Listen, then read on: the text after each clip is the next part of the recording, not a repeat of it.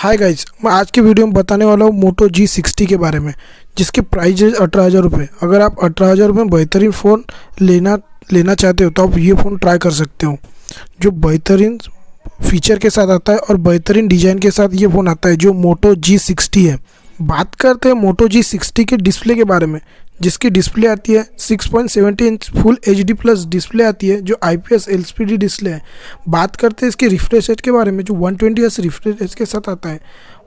देखा जाए तो बेहतरीन डिस्प्ले के साथ ये मोबाइल आता है। बात करते हैं मोबाइल के प्रोसेसर के बारे में, जो स्नैपड्रैगन का 730G प्रोसेसर आता है।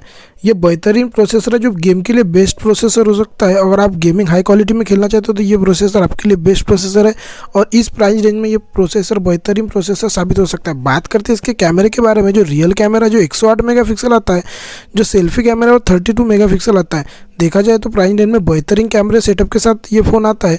अगर बात करते हैं रैम की, तो 6GB 128GB स्टोरेज के साथ ये फ़ोन आता है। बात करते हैं बैटरी के बारे में, जो 6000 mAh की बैटरी आती है। फास्ट चार्जिंग का सपोर्ट आता है, एंड्रॉयड 11 के साथ आता है। अगर आप फ़ोन लेना चाहते हो और आपको बेहतरीन प्रोसेसर के साथ बेहतरीन, तो ये फ़ोन आप ट्राई कर सकते हो। ये प्राइस रेंज में वैल्यू फॉर मनी फ़ोन है।